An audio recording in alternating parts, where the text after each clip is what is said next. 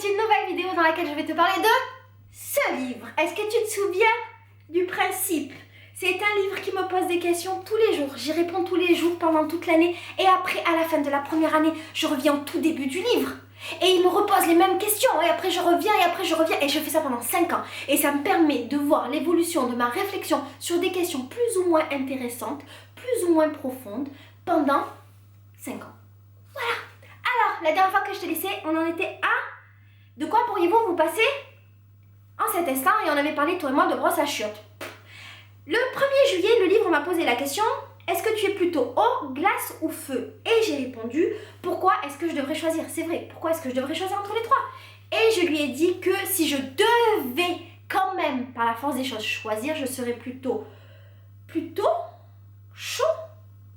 Ah non, j'ai mis que comme j'avais chaud, je serais plutôt eau, parce qu'en fait ça date du 1er juillet et qu'il faisait vachement chaud. Mais que normalement je suis plutôt feu. Ouais, de mon caractère. Ouais, enfin plutôt folle que feu. Ok. 2 juillet. Qu'avez-vous annulé aujourd'hui? Et j'ai répondu que c'était très rigolo que le livre me demande ça. Comme quoi?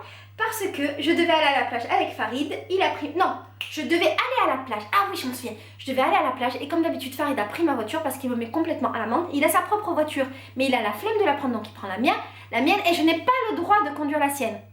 Bon, peut-être que c'est parce que j'ai pas mon permis depuis longtemps, c'est vrai. Peut-être que c'est parce que au début, quand je faisais ma conduite accompagnée, j'ai provoqué un gros accident et que j'ai peut-être fracassé 2 voitures. C'est peut-être pour cette raison-là qu'il ne voudra jamais me prêter la sienne. Je ne sais pas. Mais en attendant, ce jour-là, il m'a mis à l'amende, il a pris ma voiture, donc je n'ai pas été à la plage. Attends, j'ai chaud, donc j'éteins le chauffage. Alors, c'était pour me mettre en condition avec le feu et tout, mais là... Alors, le 3 juillet, la dernière plage sur laquelle vous vous êtes allongé, et c'était ce jour-là la plage du lac de Genève. Alors je sais qu'il s'appelle pas le lac de Genève parce que chaque fois on me reprend, mais franchement je connais pas le nom, et c'était vachement bien. J'ai fait un vlog d'ailleurs à ce sujet. Je suis partie 2 ou 3 jours à Genève. J'étais à la plage et j'étais vachement surprise parce qu'en fait c'était pas vraiment une plage, enfin c'était un lac avec une plage avec plein de pelouse, et il y avait un monde. On aurait dit que toute la Suisse elle s'était réunie sur cette plage-là ce jour-là. Et c'était drôle parce que moi je suis marseillaise et que j'ai l'habitude d'avoir des plages de partout plus ou moins remplies. Mais là c'était complètement une autre ambiance. Dans le sud, quand on va à la plage, tu vois, on prend juste, enfin en tout cas moi et les gens autour de moi, on prend juste la serviette et on va à la plage quoi, parce qu'on habite à côté. Et là-bas c'était carrément genre, comment t'expliquer?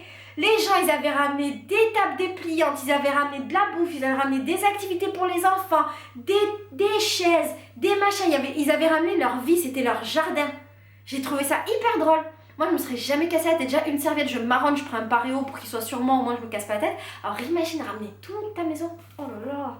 Mais en tout cas, c'était vachement bien. L'eau était très froide. Le 4 juillet, il m'a marqué trop drôle. Je sais pas s'il se foutait de ma gueule ou pas. Et ce jour-là... J'ai répondu: ah, mais dès qu'on le lit, c'est plus drôle. Ah oui, parce qu'en fait, j'aime jamais dire que quelque chose va être drôle, parce que j'ai la sensation que si je te dis que ça va être drôle, tu vas t'attendre à un truc méga drôle et que du coup, quand tu vas le voir, tu vas forcément être déçu. Du coup, je te dis pas. Comme ça, au moins, si c'est drôle, c'est vraiment drôle. T'as réussi à comprendre ou pas? Voilà. Le 5 juillet, il m'a demandé quelle était ma devise et j'ai répondu que la vie était magnifique. Ce qui est vrai. Et d'ailleurs, j'ai demandé, ben c'est pas vrai, il suffit juste de trouver le petit truc positif et la journée devient magnifique. Regarde, et j'ai dessiné des cœurs parce que la vie était belle. C'est vrai, même quand la journée elle est pas belle, quand il se passe plein de trucs, tu peux toujours te raccrocher à un petit truc positif et focaliser dessus et ça rend ta journée magnifique. Par exemple, ça peut être... Oh, j'ai un point de côté. Oh, non, c'est pas ça. Oh, enfin, je sais pas si c'est un point de côté. Oh, je parle trop, mais je parle trop. C'est parce que je mets trop d'énergie quand je parle. Ça peut être, je me balade dans la rue, ma journée c'est de la merde atomique, et ça c'est du vécu. Ma journée c'est de la merde atomique, je me balade dans la rue, je lève les yeux et je vois une petite mémé dans sa fenêtre, je lui fais un sourire, elle me fait un sourire, ou inversement, je te jure ça rend ma journée magnifique. Ou bien je me balade dans la rue, je vois un papillon, pour moi c'est le bonheur assuré pendant toute la journée. Voilà. Donc, si je devais avoir une devise, même si je ne sais pas trop bien si on peut dire que c'est une devise, ce serait ça. La vie est magnifique, elle nous offre beaucoup d'opportunités d'être heureux et le bonheur est en nous. Il ne faut pas le chercher. C'est pas, quand je te dis ça, j'essaie pas de faire la gourou et te dire ce que tu dois faire dans ta vie ou pas du tout. Je te dis juste ma manière à moi de fonctionner, tu vois, du haut de mes 30 ans et de mes 30 ans d'expérience de vie, tu vois. Et en fait, je trouve vraiment que le bonheur est en nous et ça sert à rien de le chercher, on peut le chercher toute la vie. On le trouvera peut-être, mais sûrement qu'on le trouvera pas, parce qu'il vient de nous et seulement de nous, il n'y a pas de secret, c'est facile, il est là, tu le prends, du bonheur. Pourquoi aller le chercher chez quelqu'un d'autre, ou chez quelque chose, ou dans du matériel, dans des achats, Non, c'est facile. En fait, c'est hyper simple. Faut simplifier la vie. Quand tu simplifies, après la vie est beaucoup plus belle. Le 6 juillet, il me demandait qui est ta meilleure amie. Et ma meilleure amie, elle s'appelle Anaïs. Anaïs, c'est ma sœur, c'est une extension de moi-même. Anaïs, c'est Laetitia, ben, la même en version Anaïs, tu vois. Anaïs, c'est ma meilleure amie depuis toute la vie. On se connaît depuis qu'on a 15 ans. J'en ai 31, donc ça fait 16 ans d'amitié. Au début, je ne la supportais pas, on était dans la même classe, je la trouvais, mais d'une prétention. Je me disais, mais c'est qui cette meuf qui veut toujours se faire remarquer, qui parle fort, qui rigole, qui est trop présente. Elle était là, tu vois, dans la classe, on voyait qu'elle. Et il s'avère, pour l'histoire, il s'avère qu'elle et moi, on rognait sur le même mec. Il y avait un mec dans mon collège, lycée, oui, on était en seconde. Il y avait un mec dans mon lycée qui était vachement mignon. Et en fait, j'étais à fond sur lui, et il s'avère qu'Anaïs était à fond sur lui, mais on le savait pas, vu qu'on s'aimait pas du tout toutes les deux. Et comme on est un peu des psychopathes, ben moi je le suivais vachement pendant les récréations. Oh la honte, la honte. Pas que je le suivais, tu vois, pas genre comme une psychopathe, mais j'étais très souvent pas loin de lui parce que j'aimais bien le regarder, ça me donnait un peu de bonheur, tu vois. Et je me suis rendu compte à un moment donné qu'il y avait toujours la même meuf qui était dans nos parages, à lui et moi.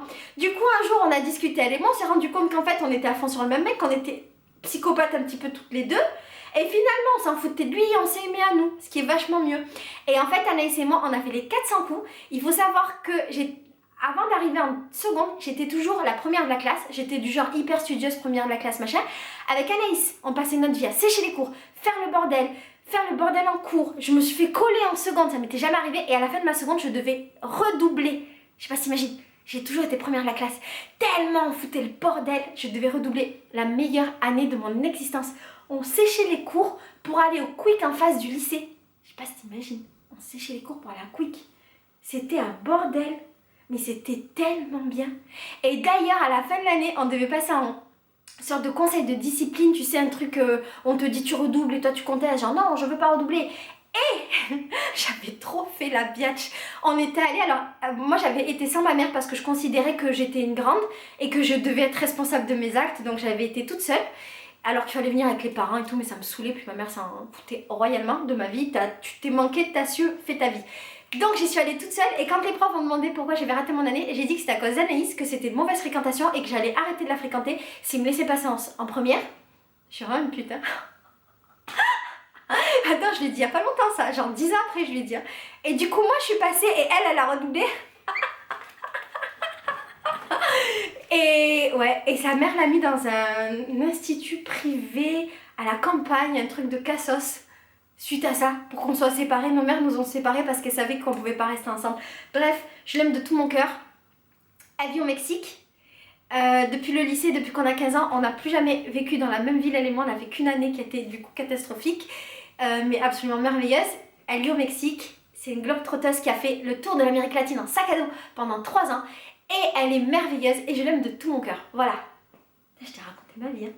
Et je disais que j'avais aussi beaucoup d'autres amis que j'aimais, et notamment Marie, Isis, Vanessa, Zazou, Aurore, Anya et toutes mes autres amies que je n'ai pas citées, mais je vous aime de tout mon cœur et j'aime toutes mes amies et j'aime tous les gens qui sont dans ma vie. Voilà, on arrête avec l'amour. Juillet, le prochain livre que vous comptez lire. Non mais il est malade lui, le mec il veut que je parle de livres. Oh, je peux parler toute la vie, hein. Tu me fais parler d'Anaïs et de livres, c'est bon, je suis partie. Le problème, c'est que je lis 1 milliard de livres en même temps. Alors c'est très difficile pour moi de te dire quel livre j'ai envie de lire. Et donc du coup je vais te dire ce que j'avais dit à ce moment-là. J'ai marqué désolé, il y en a trop. Voilà. Et il y a plus de 400 livres dans ma pile à lire. Ouais, j'avais compté, j'ai plus de 400 livres dans ma bibliothèque. Et ce qu'il faut savoir, c'est que tous les livres qui sont dans ma bibliothèque, c'est des livres à lire. Parce que je revends ou je donne tous les livres que j'ai lus, je ne les garde pas. J'aime pas les garder parce que je trouve qu'un livre qui reste dans une bibliothèque, c'est un livre qui meurt. Et c'est de la connaissance qui meurt. Je ne vois pas l'intérêt, même si je respecte totalement les gens qui le font. J'ai aucun problème avec ça, c'est pas un jugement envers eux. Mais c'est plutôt un point de vue de moi-même. Et je trouve vraiment que c'est un livre qui meurt et c'est de la connaissance qui reste là alors que ça doit être partagé. Du coup, voilà, généralement, je les revends sur Amazon, je les mets à je crois 1 centime ou 10 centimes. Et Amazon rajoute 3 € de frais de port et ça me va très bien. Donc voilà, si tu veux acheter mes livres par exemple, ben, sache que dès que je chronique un livre, je le mets immédiatement sur Amazon. Et tu peux retrouver mon compte Amazon, je sais pas comment. Je te mettrai un lien, si j'y pense. Voilà. Je crois qu'il s'appelle Let's, L-E-T-S. Mais je suis pas très sûre. Bon, c'est simple, quand je chronique un livre, il y a toujours le lien Amazon pour pouvoir retrouver le livre. Tu vas sur le lien, tu vas dans Occasion, quand tu vois Let's, c'est moi. Et si tu vois qu'il est à quasiment rien, ben, c'est que c'est bien. Voilà. Et donc j'ai marqué... Blabla, blabla. Bon, j'ai marqué plein de trucs que je t'avais dit dans l'autre vidéo par rapport à mon amour des livres. Donc je vais pas tout te redire. Le 8 juillet, qu'avez-vous à perdre? Et j'ai dit mon temps, c'est tout. Oui, mon temps. C'est la seule chose que j'ai à perdre. Le temps, c'est hyper précieux. Je ne veux pas le perdre. J'essaie de l'utiliser tout le temps, tout le temps, tout le temps, tout le temps, tout le temps. Même quand je fais caca, j'essaie d'utiliser mon temps pour remplir ma tête. Vu que j'ai autre chose qui se vide. Oh, comme c'est nul. Comme c'est nul. Bon, on va passer à autre chose. Le 9 juillet, la journée fut belle. Pourquoi? Et j'ai dit que c'était une agréable journée qui s'est terminée avec des pleurs, des fous rires en famille et surtout un spectacle de chatons. Ah oui. Bon, c'est pas très intéressant, mais en gros, on était en famille. Et ma belle-mère, qui est trop mignonne, tu sais, c'est une petite grand-mère, toute petite, toute mignonne. Elle faisait faire des trucs à son chat et elle nous a présenté ça comme un spectacle avec son chaton dont elle est folle amoureuse. Et du coup, c'était magnifique, les enfants étaient contents, tout le monde était content. Et je crois que c'était pendant le Ramadan, peut-être. En tout cas, on était tous ensemble, toute la famille, et on est beaucoup. Alors, le 10 juillet, quand avez-vous parlé à vos parents pour la dernière fois? Oui, parce que j'allais dire un truc qui n'a rien à voir avec ça. Je suis pas très proche. En fait, si tu veux, j'ai pas souvent mes parents au téléphone. Je les vois pas souvent, ça n'enlève rien à l'amour que j'ai pour eux, mais c'est pas mon truc, je ne les appelle jamais. Ils m'appellent pas aussi, pas beaucoup non plus. Et alors, je suis beaucoup plus proche de ma mère et j'ai beaucoup de... En fait, j'ai tout le temps des nouvelles d'elle, de mes frères et sœurs, que j'appelle beaucoup plus souvent. Ma soeur, je l'ai presque tous les jours au téléphone. Donc en fait, je prends jamais la peine de l'appeler parce que je connais déjà toute sa vie. Et je crois qu'elle, c'est un peu pareil. Elle prend pas la peine de m'appeler parce qu'elle connaît déjà toute ma vie via ma soeur. Voilà. Mais ce jour-là, j'ai répondu que c'était la veille parce que j'ai eu les résultats du bac et que mes frères ont eu leur bac S. Ce qui était merveilleux. Ce qui était une joie immense pour eux, pour ma mère et pour moi. Voilà. T'imagines, hein, mes frères, ils ont le bac S. Et là, il y en a un qui s'est inscrit en fac de biologie pour faire médecine l'année prochaine et un qui s'est inscrit en école d'ingénieur dans les énergies et je suis hyper fière d'eux et je suis trop contente. Je suis contente parce qu'en fait ils se sont fixés des objectifs, qu'ils y sont arrivés et qu'ils font ce qu'ils aiment. Ils pourraient être ce qu'ils veulent, ils pourraient être des artistes, ils pourraient être des cuisiniers, ils pourraient être des serveurs, ils pourraient être ce qu'ils veulent. Je serais hyper fière d'eux à partir du moment où ce qu'ils font c'est un choix, c'est pas une contrainte. Et là, ça me rend fière. Donc voilà. Le 11 juillet, si vous étiez un personnage de roman, lequel seriez-vous? Et en fait, je n'en avais aucune idée. Franchement, j'ai pas ce rapport-là au livre. J'ai pas ce rapport au personnage de roman. Du coup, tu sais, je lis un livre et je l'oublie très vite. Le livre, généralement, il m'apporte quelque chose qui s'ajoute à la construction de moi-même. Tu vois, c'est comme si j'étais faite de plein de morceaux et que tous les jours, j'avais des morceaux qui se rajoutaient. Tu vois, des pièces rapportées qui se rajoutaient. Et en fait, à partir du moment où elles sont rajoutées, elles sont intégrées. Et la provenance, finalement, elle n'a plus vraiment d'importance. Je sais pas si on peut dire ça comme ça, mais ouais, du coup, un livre, il va me nourrir, mais par le fond et pas par la forme. Tu comprends? Et le personnage, c'est pour moi plutôt la forme. Ouais. Je sais pas si tu vois ce que je veux dire, mais je me comprends. Ce qui est déjà pas mal. Qu'est-ce qui vous rend sentimental le 13 juillet? Et j'ai répondu le temps qui passe, les perspectives d'avenir, de penser à tout ce qu'il y a encore à voir, à apprendre, à découvrir. Oui. Voilà. Il n'y a rien à ajouter parce que c'est ça. Ensuite, le 14 juillet, et je pense que je vais m'arrêter là. Le 14 juillet, avez-vous un secret ou plusieurs secrets? Et j'ai dit, mec, j'ai plein de secrets, mais si tu crois que je vais te les dire, tu rêves, mon pote. Tu m'as pris pour une...